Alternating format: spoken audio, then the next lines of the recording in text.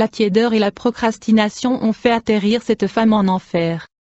C'était la nuit où je priais pour demander au Père comment était ma marche, car j'ai toujours demandé au Père comment j'allais dans ma marche avec lui. Y a-t-il quelque chose sur lequel je dois travailler ou quelque chose que je peux améliorer en tant que croyant en Christ? Nous devons faire tout le temps pour vérifier notre marche avec Christ. Alors j'ai demandé au Père, pouvez-vous s'il vous plaît me montrer s'il y a quelque chose sur lequel je dois travailler? Cette nuit-là, je suis allé me coucher et j'ai eu une expérience hors du corps où j'ai senti mon esprit sortir de mon corps et je me suis vu dormir. Je veux dire quand vous êtes dans l'esprit, vous pouvez encore sentir vos mains, vous pouvez encore sentir, vous pouvez encore goûter, vous pouvez encore voir, sauf que ces sens dans l'esprit sont amplifiés. Vous pouvez aussi d'autres êtres spirituels, comme quand j'étais dans l'esprit j'ai vu des anges et j'ai vu un démon. Je savais que j'étais aux côtés du Seigneur parce que j'ai vu le Seigneur. Il m'a montré les blessures sur ses mains mais son visage était si brillant et beau. Le Seigneur m'a pris par la main et j'étais devant son trône. J'étais littéralement au ciel.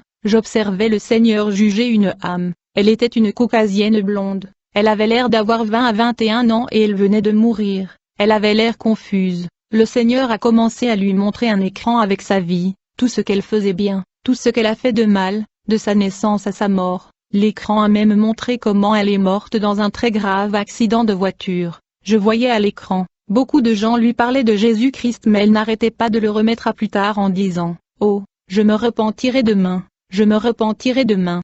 Elle s'est fait baptiser, mais plus tard elle a rétrogradé encore. Et de suite comme un chrétien tiède, elle servait souvent le Seigneur, puis retournerait dans le monde et vivait comme elle voulait vivre et elle continuait à procrastiner. Dans son cœur elle n'arrêtait pas de dire « Eh bien, je me repentirai de mes péchés demain, je servirai Dieu demain ». En conséquence, elle a continué à procrastiner et repousser pour demain la repentance, et tout d'un coup, un jour, elle est morte dans un accident de voiture. Elle ne s'attendait pas à la mort à cette époque de sa vie, et elle s'est tenue devant le siège du jugement du Christ. J'ai entendu le Seigneur qui lui disait ceci: tu me connaissais, tu connaissais mon évangile, tu connais mon fils Jésus, tu sais que Jésus-Christ est Dieu, j'ai envoyé des serviteurs pour t'avertir de te repentir, et je t'ai appelé à revenir à moi plusieurs fois, pourquoi n'as-tu pas répondu à mon appel? La jeune fille se tenait là avec un visage vide, elle n'arrêtait pas de dire au Seigneur, je suis désolée, mais laissez-moi vous dire quelque chose, je suis désolée ne marchera pas quand vous mourrez dans l'iniquité. J'ai regardé la fille et mon cœur se brisait pour elle, car je savais qu'elle allait être son destin. Le Seigneur lui a dit à nouveau, pourquoi n'avez-vous pas répondu à mon appel quand j'ai frappé à ton cœur? Pourquoi n'as-tu pas répondu? Pourquoi n'es-tu pas venu à moi alors que je t'ai appelé plusieurs fois? Je t'ai envoyé serviteur après serviteur et pourtant tu as refusé d'écouter, tu as choisi de vivre comme tu veux vivre. Puis je me souviens de ces paroles qu'il lui a dites, tu dois comprendre que je ne peux pas être en présence du péché. Le péché est une abomination à mes yeux et je ne peux pas laisser le péché au paradis. Il lui dit, le péché est impur et souillure, et le ciel est saint, Dieu est parfait, je suis saint, mes anges sont saints, le ciel est saint, mes saints justes sont saints, et ils ne peuvent pas être dans la présence du péché. Puis le Seigneur lui a donné la parabole du vieux vin et du nouveau vin, comment le vieux vin et le nouveau vin ne peuvent pas se mélanger, le vieux vin représentant le péché, le nouveau vin représentant la justice. Et la même chose avec le tissu. Le vieux tissu ne peut pas se mélanger avec un nouveau tissu. Le vieux tissu représente le vieil homme qui est le péché, le nouveau tissu représente la justice. Le tissu me rappelle le tissu que Jésus a été enterré dans la tombe. Le tissu noir peut représenter le jugement si vous lisez les Écritures. Le drap blanc représente la justice et la sainteté. Le Seigneur expliquait que vous ne pouvez pas mélanger le vieux vin et le vin nouveau et le vieux tissu avec le nouveau tissu. De plus, un bon arbre ne peut pas produire de mauvais fruits et un mauvais arbre ne peut pas produire de bons fruits. Un arbre corrompu ne peut pas produire de nourriture bonne et juste. Dieu lui dit, tu sais que tu as eu beaucoup d'opportunités de se repentir, mais moi je ne peux pas être en présence du péché et tu es du péché. Puis il lui dit, passe derrière moi, Satan.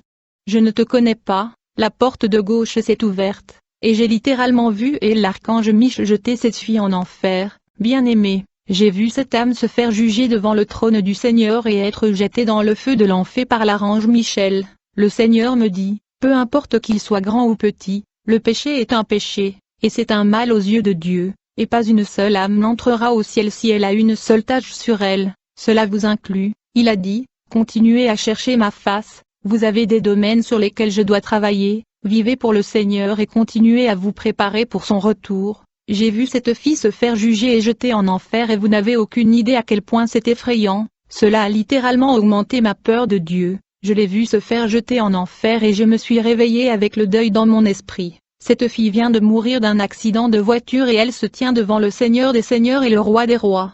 Nous ne savons pas quand notre temps est dépensé, donc si vous professez être chrétien, vous ne pouvez pas tergiverser en serviteur Dieu, vous ne pouvez pas procrastiner et retarder la repentance, vous devez vous repentir de vos péchés, faites-le maintenant, n'attendez pas jusqu'à la fin. Deuxièmement, vérifiez toujours et toujours votre marche avec le Seigneur, parce que cette fille ne savait pas qu'elle allait mourir dans un accident de voiture, elle ne le savait pas, donc elle a continué à remettre à plus tard le fait de servir Dieu, elle a continué à le remettre à plus tard la renonciation, elle a été appelée au ministère pour être une sentinelle, mais elle a continué à le remettre à plus tard. Permettez-moi de vous dire quelque chose, mesdames et messieurs, j'ai peur de Jésus-Christ, et c'est une peur saine mais j'ai peur de Jésus. Jésus-Christ est Dieu, cette vie dans laquelle nous vivons se passe dans un clin d'œil. Deuxièmement, l'Ecclésiaste dit que toute une saison, cette vie ici est partie comme en un clin d'œil, au moment où vous ne le saurez pas, votre temps sera écoulé, et je ne vous souhaite pas cela, mais vous serez debout devant le siège du jugement de Christ si vous continuez à retarder la repentance,